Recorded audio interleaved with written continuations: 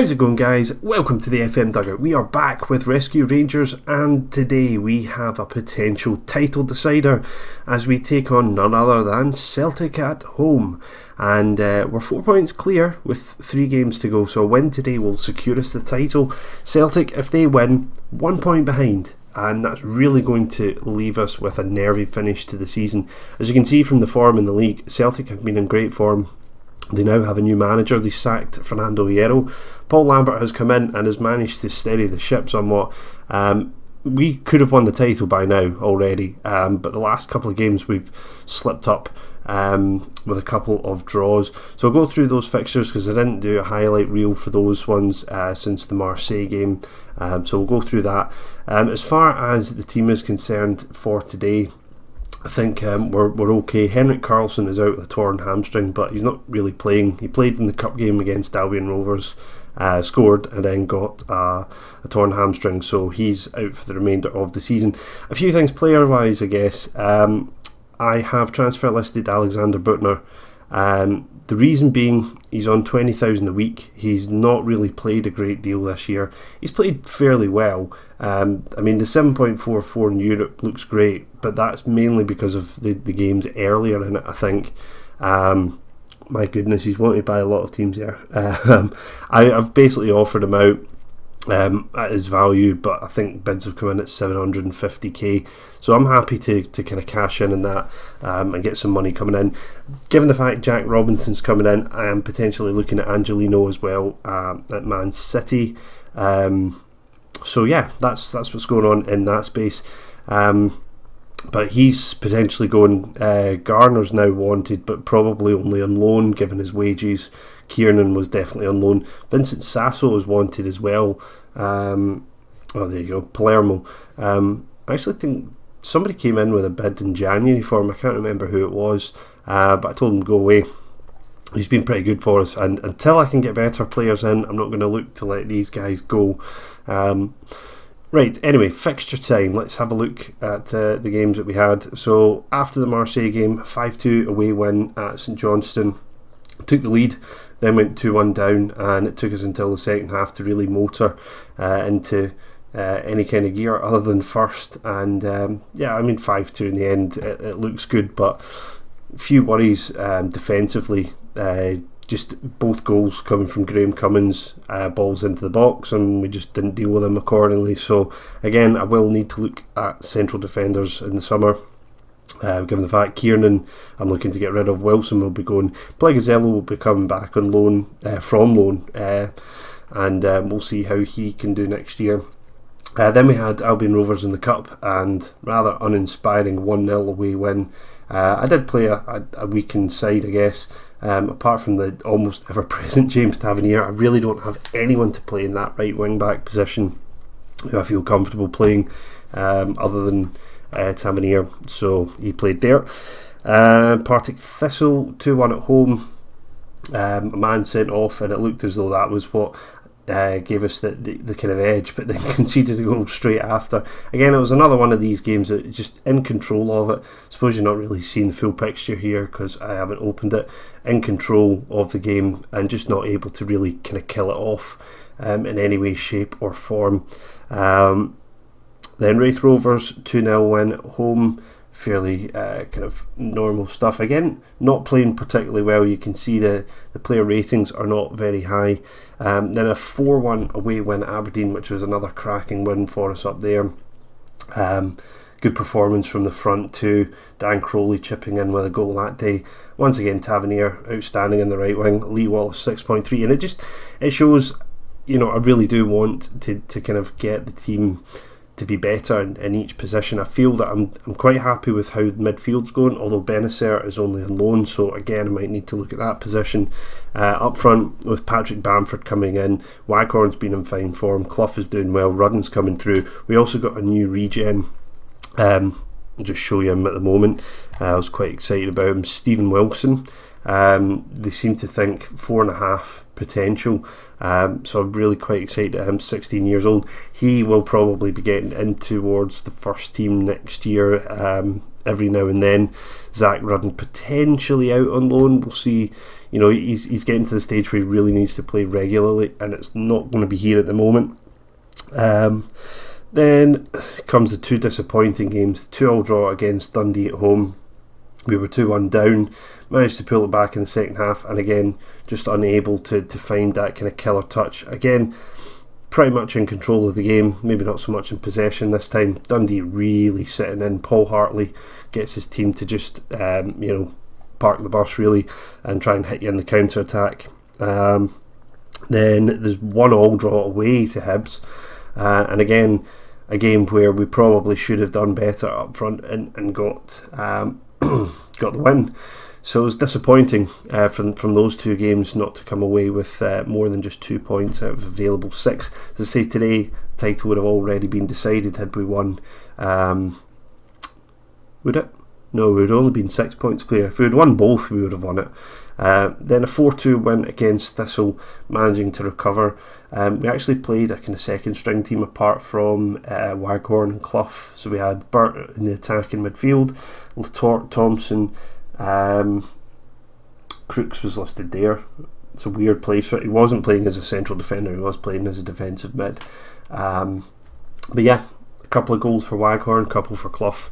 So now I think Waghorn has hit the 30 goal mark. He has earned himself a 1-year extension. I think his performances, 21 goals in 24 league games, is fantastic. So he definitely deserves to be here for next season. And where's Zach Clough? I can't see him here because he's not one of our top performers. But Zach Clough has also been banging in the goals as well. 24 goals now in 35 games, so pretty good from him as well. But yeah, so I don't think there's anything else I really need to cover.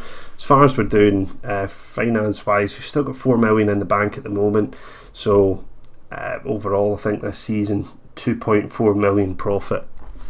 It's not that much, and by the time you actually get to the end of the season, most of that will probably have gone. So really, the Europa League has helped kind of a little bit, but we definitely need to get into the Champions League next season. So this game is absolutely huge today. So let's go on into the match preview, and we'll see where we go from here. So with Celtic playing again the 4-2-3-1 wide, I do feel that this formation is the best for us. Rossiter just sitting in on the attacking midfielder, Tavernier and Wallace kind of a little bit further forward, meeting the wingers. Felix should get a good game here because there's no defensive midfielder, so I'm hoping he'll be able to kind of exploit that gap a little bit. I'm just looking at the bench. I don't really have anyone to play in Crowley's position. Ideally, I would like Jordan Thompson to be on the bench. I'm going to have to choose between Barry Mackay and Lawrence, and I'll go for Mackay being taken out. Alright, Wes Foderingham is back now. He hasn't played particularly well. I was kind of thinking when he came back things were going to be much, much better, but you can actually see from McCrory's games he's done a lot better. Foderingham, I think, was at fault for at least one of the goals against Dundee. I'm not sure about the Hibs game, but certainly hasn't been in fantastic form. But we'll get into the match and see how he can do today. It's too big a game really to kind of throw in youngsters, I think, like McCrory and kind of expect a big performance. I know I accidentally left him in one of the European games earlier in the season, but out of choice I wouldn't have done. Right, let's fancy Celtic to win this one. Okay. Passionate, real buzz, yada yada yada. Alright, so we're going to have to make sure that we're doing things right here. I do want to close down on Rogic there. Right, can we say, do I want to put the pressure on them? I actually had a team meeting with them and said about winning the title, and a few players didn't really like it. Barry Mackay was one of them, talking about too much pressure. I I think most of the guys who are starting were okay with it.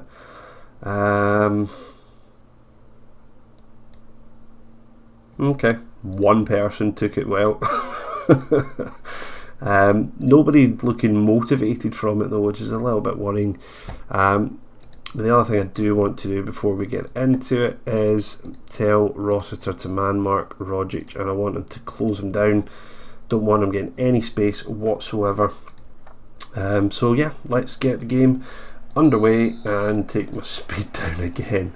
Extended highlights. One of these days I will remember to do that before starting recording. Right, no early chance anyway for us. I think today is going to be one of those games where it's going to be quite close. We're not going to win it comfortably if we win it.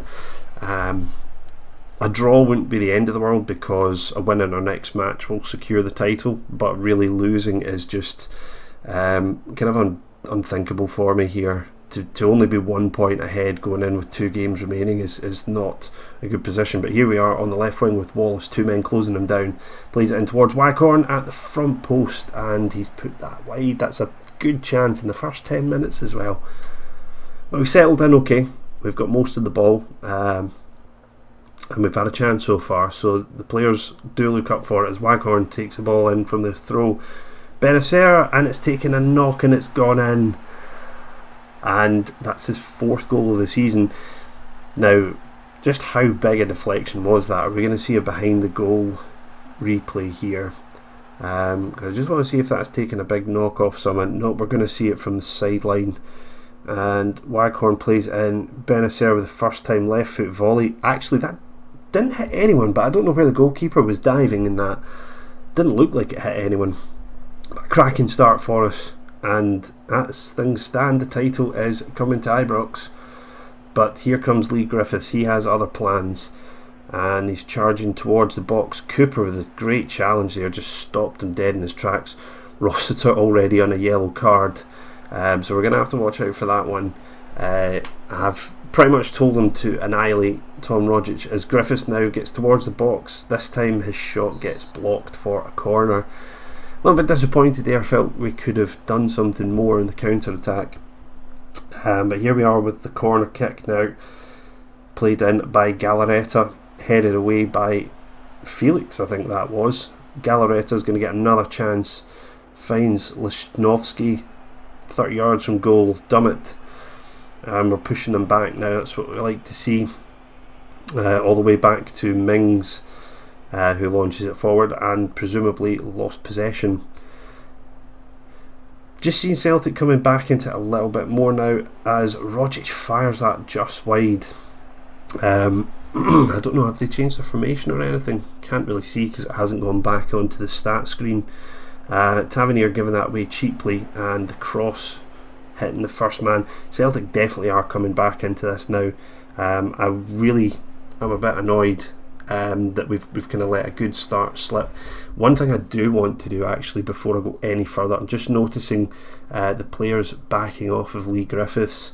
I want to close him down. Just letting him charge towards the box is not good. We need to try and stop him long before that point. I suppose I could tell Rossiter to kind of man mark him maybe. But then obviously that leaves Rogic free as Celtic win the ball back from us. Again, we're just slipping out of it a little bit. In the final third, we're just, well, maybe not even the final third, in the middle third, we're just not managing to retain the ball very well. Griffiths, again, you can see he's the guy who's coming forward and just we're backing off him, so hopefully that change to the instruction will help there. Another throw for Celtic. We're not getting a chance to have a look here to see if they've changed the formation. It doesn't look like it from the pitch as he finds Galarreta 25 yards from goal, takes the effort, it's blocked, then it goes for a corner. We're having to withstand quite a lot of pressure at the moment. Really looking for someone just to step up and settle things down a little bit as Dummett will swing this in, outward swinging corner, but Fotheringham comes out and catches well. I suppose that's the other thing I need to think about as well, is the long-term position of the goalkeeper, because Fotheringham is decent, but again, I would like to get better, but not having that much money is a bit of a problem for us at the moment. Again, Celtic, this is not looking fantastic, and maybe we just need to give them a little bit of encouragement or something here. Griffiths with the shot, Fotheringham with the save. He obviously heard me talking about replacing him and thought, no, I'll show him. And Celtic with the resulting corner. All that pressure we had the first 15-20 minutes or so, now we just don't look like the stronger of the teams. Also 2 yellow cards is not particularly good, as Celtic trying to find some space. Cooper intercepts, and that's the end of the move. Now they are still in 4-2-3-1. Crowley with a free kick given away again. So just a little bit of sloppiness there in that final third, as Sasso took the ball down to attempt a shot. Felix now can't lose the ball here. Tavernier with the long range effort. Strange one, that. Didn't really expect Tavernier to look to shoot from there, but sure enough he did. Clough and Felix look like they're struggling to get into today's game. I'm just wondering, maybe I might actually bring Felix back. I know it leaves the front men a little bit exposed. Well, not exposed, but no support really. But I'm just looking at this from the point of view that Felix needs... wasn't he full there in the middle of the park? I'm sure his support was full green. But I kind of get the feeling with him that he needs to play in this kind of middle three to get more out of the game. The front two are going to be left kind of on their own. Maybe need to look at playing a little bit more direct.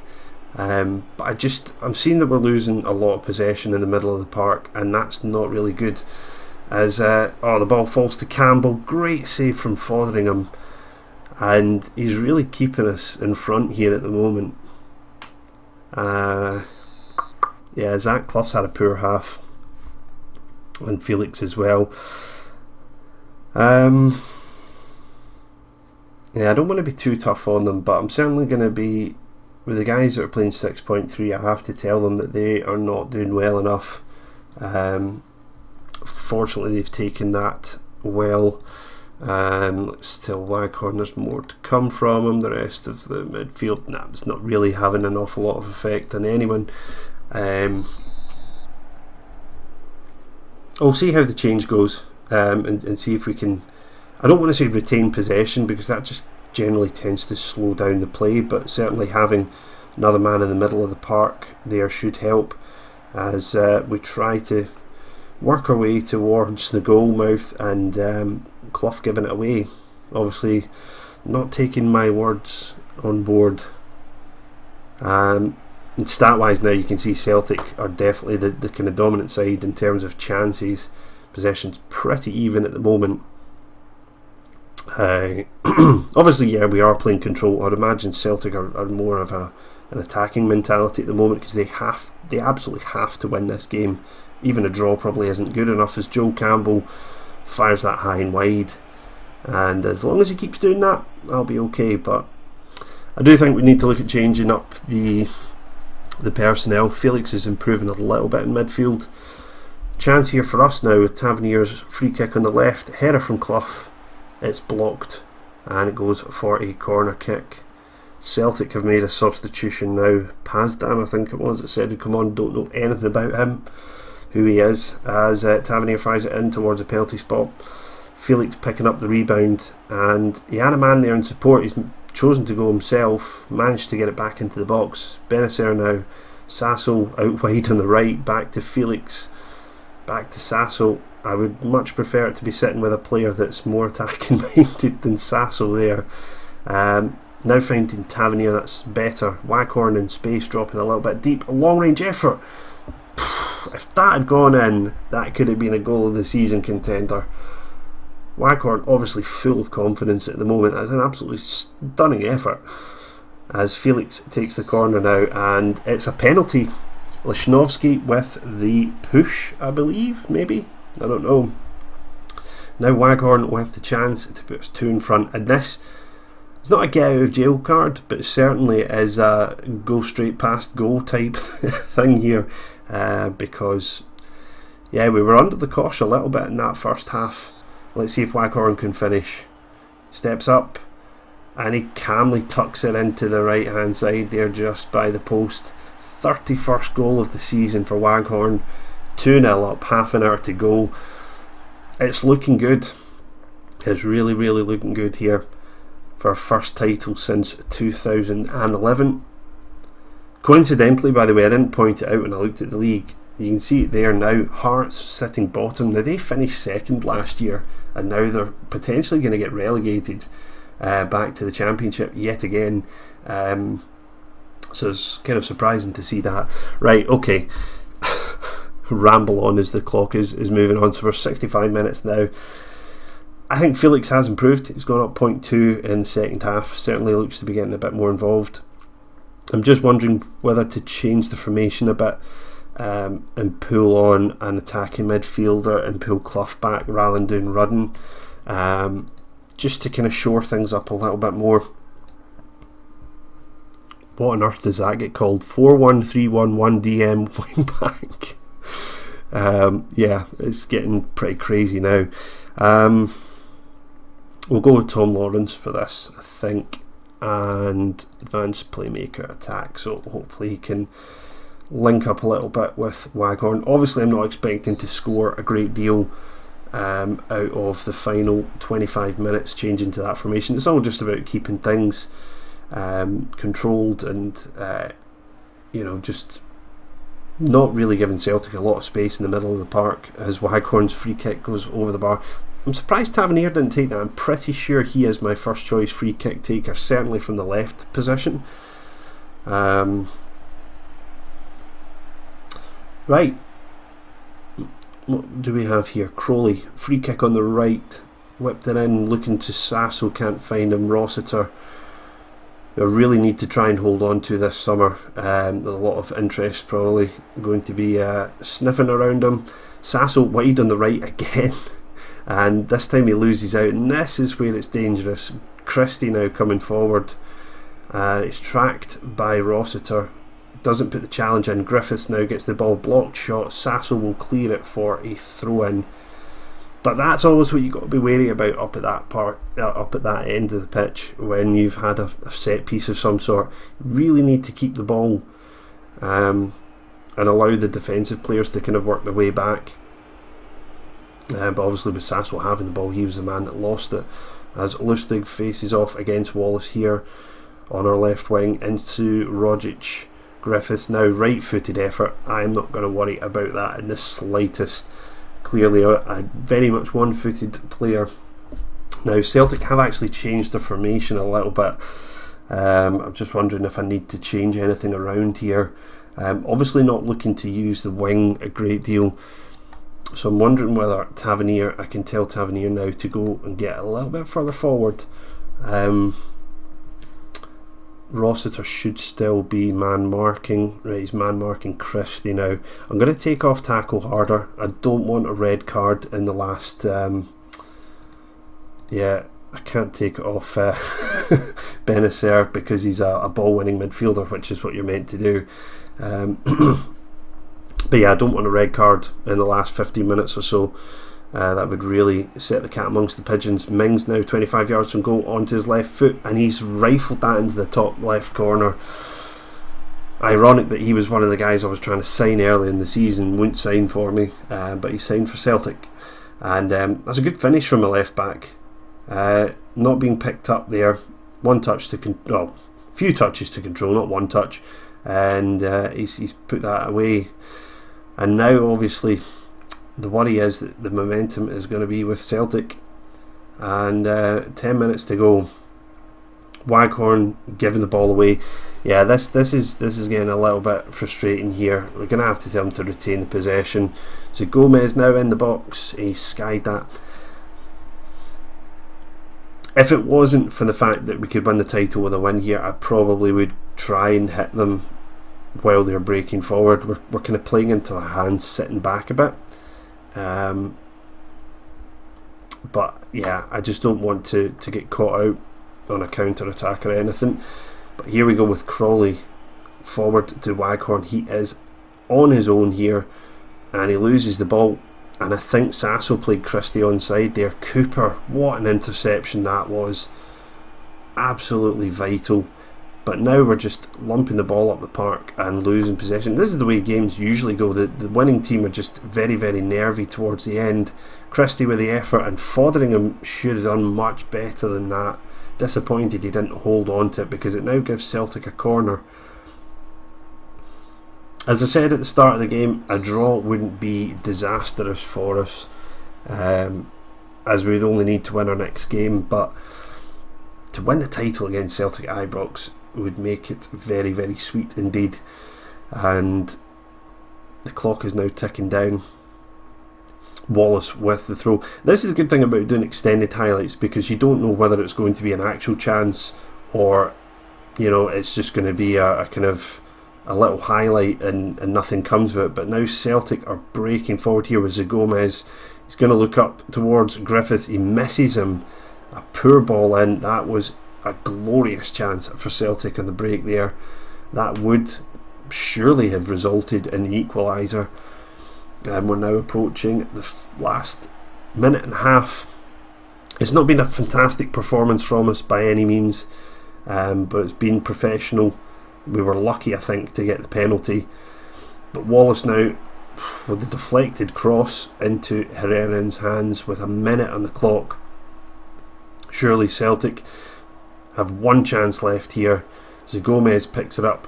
Benacer on the yellow card with the challenge. And Griffiths with the shot, not troubling Fotheringham. Now, I would... Oh, no, not this one. Oh, gee, what? I saw this in the British Steel playthrough, one of the games that was in the highlights I did recently, and the goalkeeper just dropped the ball on the ground and didn't pick it up, and the striker came in and scored. And I was kind of thinking that's what was going to happen there with Fotheringham. I don't know what he's done, but if they score from this here, I think that'll be it. But my God, that gave me a heart attack. That's it. The title is coming back to Ibrox, and that's us now 55 league titles. There we go. It was a thoroughly professional job. We just did what we needed to do, really. Not a classic by any means. Sasso having a pretty good game there in central defence, 7.6. And there we go. We have won the title, and absolutely delighted with that. So, as far as things are concerned for this season, it's not over yet. So we have Dundee in the Scottish Cup this Saturday, actually.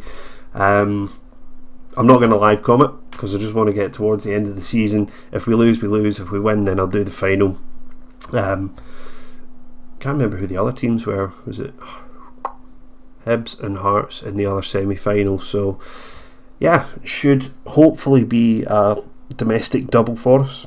So I'll see you either in the final, or I'll see you at the start of season 3. But hopefully you guys have enjoyed this title winning episode. If you have, please leave a like and a comment. Let me know what you think. Thank you for watching. Until the next time, I'll see you when I see you.